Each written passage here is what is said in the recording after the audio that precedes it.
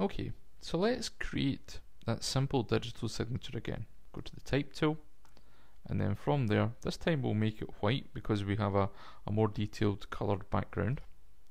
And then begin to type. So a little photoshop.com. And this time you can see, because it's a larger quality image, the size obviously changes. So we can either increase the point size, even that won't do. So what we can do is tick the click, or click the tick I should say, and do Command or Control T, hold down our Shift key and scale up our signature. Go to the Move tool and then position it. And it looks pretty cool. But how can we speed that whole process up? What's one of the things that we can do to make a shortcut to make this work faster for us? Well, we can define it as a brush. Now to do that, you need to do a couple of things. Firstly, double click on the text to highlight it, and then change the colour to black. The next thing you need to do is commit the command, click the tick, or tick the click as I said earlier on, and then from there hold down your Command or Control key and once again click on the type layer. This will then create a selection around our type, and I'm just going to zoom in so you can see that. Now I'm doing this with an image in the background. It doesn't matter if you do this on a blank document or as I'm doing it here.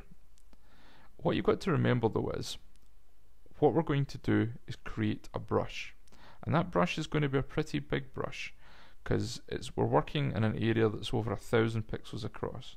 So if you want quite a small brush to start with, as a default, do it on a smaller sized image. That's all I'm saying. A little tip for you there. So we've created this selection around our text, and we're going to go to Edit and define Brush Preset. Had we not created the selection, if I do Command D, you will see it gives me the option to create a pattern, which we will go into later on, but there is no option to define that brush preset. So that's why you hold down your Command or your Control key and click on your type layer, and that gives you the selection. From there, go to Edit, Brush Preset. Now don't worry that it squidges up the actual littlephotoshop.com or your name or your business logo or whatever it's going to be.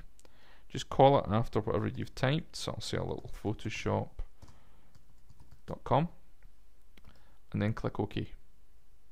From there, we can just trash this layer, we no longer require it, and do Command or Control D on the selection and it gets rid of it. I can create a new layer, we'll just call it Signature, and we'll be calling a lot of layers Signature, so get used to that. And then from there I can go to my brush tool, so press B in the keyboard, and you can see we've got a normal size brush, and there it is working its way in. If I do Command Z or Control Z, we can then go into the brushes panel and from there select a littlephotoshop.com brush. Now as you can see, the diameter is 1012 pixels. Now for this image that's absolutely fine, and there you can see the brush. Now you have to remember this is a brush, so if you're going to use it, you literally click once, and to work it in at its full strength, make sure your opacity and your flow is set to 100% and make sure you don't have airbrush capabilities ticked. You can then position your brush where you want it to be, give it one decent click, and you're pretty much done. And there is a faster way of creating your digital signature in the corner. You can then, as you can see, lower the opacity. You could change the blend mode, so we could have overlay, and you have all the controls at your fingertips from creating a brush. But please remember it is a brush, so for example if I create another layer, I can then paint with this, which has some interesting properties as a brush, but obviously it's not very good if you click and slide, unless you want that specific effect, and then you could just do a few more clicks on the first one.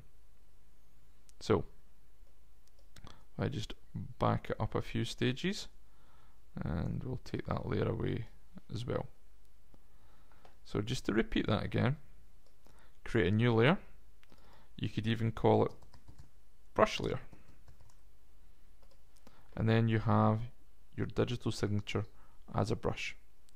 You can also use the parenthesis key or the brush panel to increase its size. You can see though it's not going to go, that much larger. 2500 pixels is its maximum, and it gets a little soft around the edge, which is sometimes not a bad thing.